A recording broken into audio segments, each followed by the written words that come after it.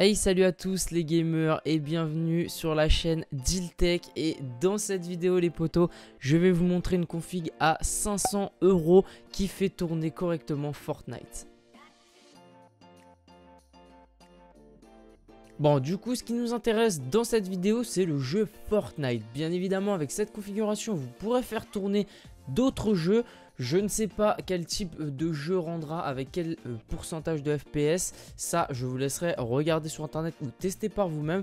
Cependant, vu que c'est le jeu Fortnite qui nous intéresse sur cette vidéo, on va tout de suite s'attaquer aux caractéristiques minimales que j'ai pu trouver requises pour le jeu Fortnite.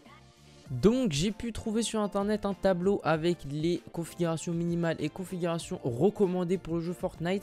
Donc nous on va s'intéresser à la configuration minimale. Donc on peut voir pour le CPU on a besoin minimum d'un Core i3 2.4 GHz ou un équivalent. Au niveau de la RAM on a besoin de 4 Go.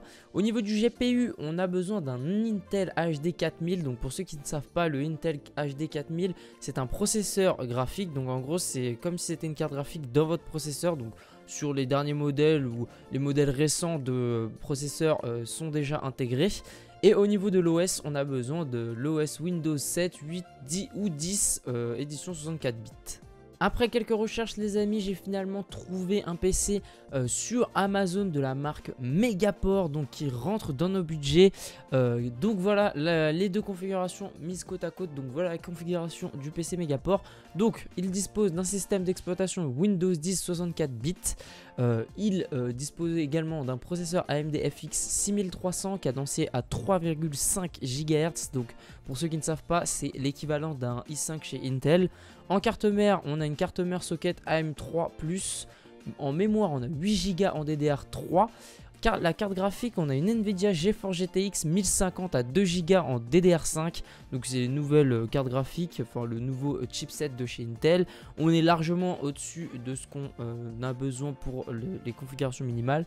On a un disque dur de 1000 Go en SATA 3. Un lecteur graveur DVD, un boîtier donc typé gaming, une carte son 7.1 intégrée et une alimentation de 400 watts. Donc au final les amis, on arrive sur une configuration qui se rapproche de la configuration recommandée. Donc la configuration recommandée qui intègre un Intel Core i5 de 2,8 GHz, 8 Go de RAM, une Nvidia GTX ou AMD Radeon de 2 Go de RAM ou avec un Windows 7, 8 ou 10 en 64 bits.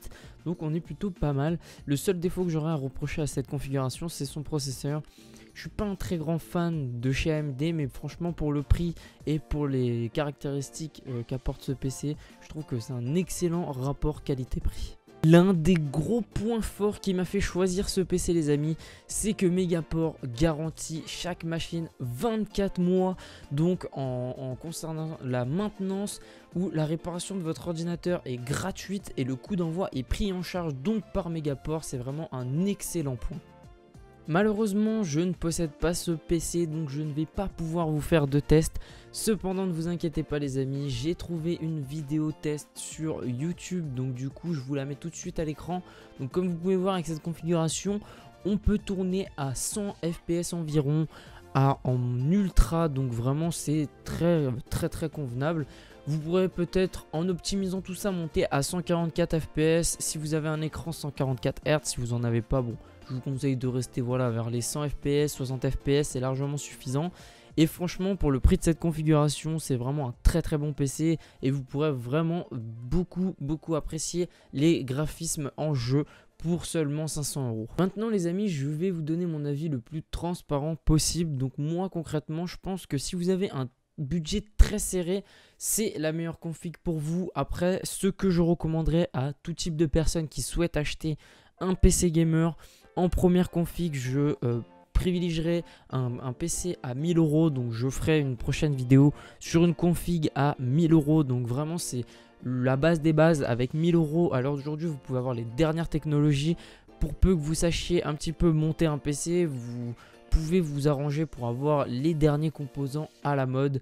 Vraiment c'est très important parce que en faisant ça, vous pouvez après évoluer votre machine vers les nouveaux composants qui arrivent. Vous ne serez pas avec une config un peu vieillotte. À 500 €, vous ne pourrez pas trop évoluer. Vous pourrez peut-être upgrade la carte graphique et les RAM, mais au niveau du processeur c'est vrai que les chipsets évoluent assez rapidement et du coup c'est un petit peu compliqué. En tout cas n'hésitez pas à me dire dans les commentaires si vous voulez que je vous fasse une vidéo pour un PC à 1000 €. Donc voilà les amis, c'est déjà la fin de cette vidéo, j'espère qu'elle vous aura plu. En tout cas si c'est le cas, n'hésitez pas à lâcher un petit pouce bleu. N'hésitez pas aussi à commenter, à dire dans les commentaires ce que vous avez pensé de cette vidéo et à me donner des petites idées de vidéos, vos retours et tout ça.